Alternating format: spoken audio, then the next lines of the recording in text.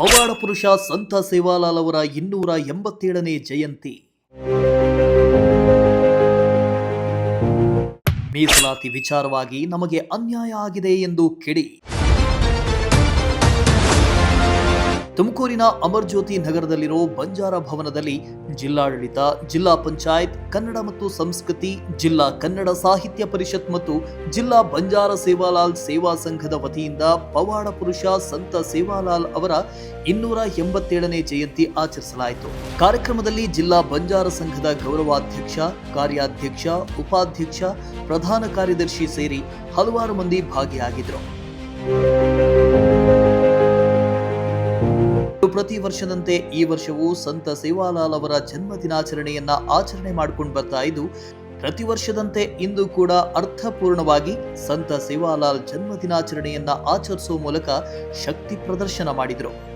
ಕಾರ್ಯಕ್ರಮದಲ್ಲಿ ಬಂಜಾರ ಸಮಾಜದಲ್ಲಿ ಸಾಧನೆಗೈದ 10 ತಾಲೂಕುಗಳ ಸಾಧಕರಿಗೆ ಶ್ರೀ ಸೇವಾಲಾಲ್ ಜಿಲ್ಲಾ ಮಟ್ಟದ ಪ್ರಶಸ್ತಿ ನೀಡಿ ಗೌರವಿಸಲಾಯಿತು.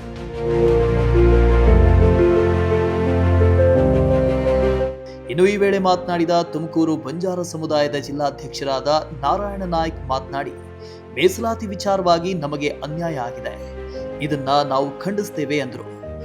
ಇವತ್ತು ಅತ್ಯಂತ ಸಂತೋಷದ ದಿನ, ಆದರೆ ನಮ್ಮ ದುಃಖವನ್ನ ಹೇಳಿಕೊಳ್ಳಲು ಆಗ್ತಾ ಇಲ್ಲ. ನಮಗೆ ಹೀಗೆ ಅನ್ಯಾಯ ಮಾಡಿದ್ರೆ ಮುಂದೆ ದೊಡ್ಡ ಮಟ್ಟದಲ್ಲಿ ಹೋರಾಟ ಮಾಡ್ತೀವಿ ಅಂತ ಎಚ್ಚರಿಕೆ ನೀಡಿದ್ರು. ಜಿಲ್ಲಾ ಸೇವಾ ಬಂಜಾರ ಸೇವಾ ಸಂಘದ ವತಿಯಿಂದ 279ನೇ ಜಯಂತಿಯನ್ನು ಈ ಸಂದರ್ಭದಲ್ಲಿ ನಾವು ಪ್ರತಿ ವರ್ಷ ನಡೆಸ್ಕೊಂಡಂದಾಗೆ ದಿವಂಗತ ಮೂರ್ತಿ ನಾಯಕ್ ಮತ್ತು ಧ್ಯಾನ ನಾಯಕ್ ಹಿಂದಿನ ಏನು ಲೀಡ್ರುಗಳಿದ್ರು ಅವ್ರು ಹೆಂಗೆ ನಡೆಸ್ಕೊಂಡ್ಬಂದರು ಅದೇ ರೀತಿಯಾಗಿ ಸಾರ್ವಜನಿಕರನ್ನು ಹೊಂದ್ಕೊಂಡು ಎಲ್ಲರಿಗೂ ಹೇಳ್ಕೊಂಡು ಈ ಒಂದು ಕಾರ್ಯಕ್ರಮವನ್ನು ಯಶಸ್ವಿಗೊಳಿಸ್ಕೊಂಡ್ಬಂದಿದ್ದೀವಿ. ಈ ಸಂದರ್ಭದಲ್ಲಿ ಒಂದು ವಿಚಾರ ಹೇಳೋಕ್ಕೆ ಇಷ್ಟಪಡ್ತೀನಿ. ನಮ್ಮ ಮೀಸಲಾತಿ ವಿಚಾರದಲ್ಲಿ ನಮಗೆ ಅಸಮಾಧಾನ ಇದೆ. ನಾವು ಖಂಡನೀಯವಾಗಿ ಈ ಒಂದು ವಿಚಾರನ ಖಂಡಿಸ್ತೀವಿ. ಮೀಸಲಾತಿ ನಮ್ಮನ್ನು ತೊಗೊಂಡೋಗಿ 6-5 ಮಾಡಿ 1ನ್ನು 4ನ್ನು ನಮಗೆ ಕೊಟ್ಟು ಇನ್ನೊಂದು ABC ಮಾಡಿಬಿಟ್ಟು ನಮಗೆ ತುಂಬ ಅನ್ಯಾಯ ಆಗ್ತಾ ಇದೆ. ಈ ವಿಚಾರದಲ್ಲಿ ನಾವು ಜಿಲ್ಲಾ ಬಂಜಾರ ಸಂಘದ ವತಿಯಿಂದ ನಾವು ಖಡಾಖಂಡಿತವಾಗಿ ಖಂಡಿಸ್ತಿದ್ದೀವಿ. ಇದು ಸಂತೋಷದ ಸಮಯ, ನಾವು ಜಯಂತಿ ಮಾಡೋ ಸಮಯ, ಆದ್ರೂ ನಮ್ಮ ದುಃಖನ ನಾವು ಹೇಳ್ಕೊಳ್ಳಿಕ್ಕೆ ಆಗ್ತಿಲ್ಲ. ಕರ್ನಾಟಕದಾದ್ಯಂತ ನಾವು ಇದೇ ರೀತಿ ಮುಂದುವರೆದಿದೆ. ಆದರೆ ಯಾವ ಮಟ್ಟದಲ್ಲಿ ಬೇಕಾದರೂ ನಾವು ಹೋರಾಟಕ್ಕೆ ಸಿದ್ಧ ಅಂತ ಹೇಳಲಿಕ್ಕೆ ಇಷ್ಟಪಡ್ತಿದ್ದೀನಿ. ಹಾಗೆ ನಮ್ಮ ಜಿಲ್ಲಾ ಬಂಜಾರ ಸಮಿತಿಯ ವತಿಯಿಂದ, ಸಂಘದ ವತಿಯಿಂದ ಯಾವ ರೀತಿಯಾದ ಲೆಕ್ಕಾಚಾರದಲ್ಲೂ ಯಾವುದೇ ಒಬ್ಬ ಸಚಿವರಿಗೂ ನೋಡೋಕ್ಕೂ ನಾವು ಹೋಗೋಕ್ಕೂ ಕಾಣೋಕ್ಕೂ ರೆಡಿ ಇದ್ದೀವಿ.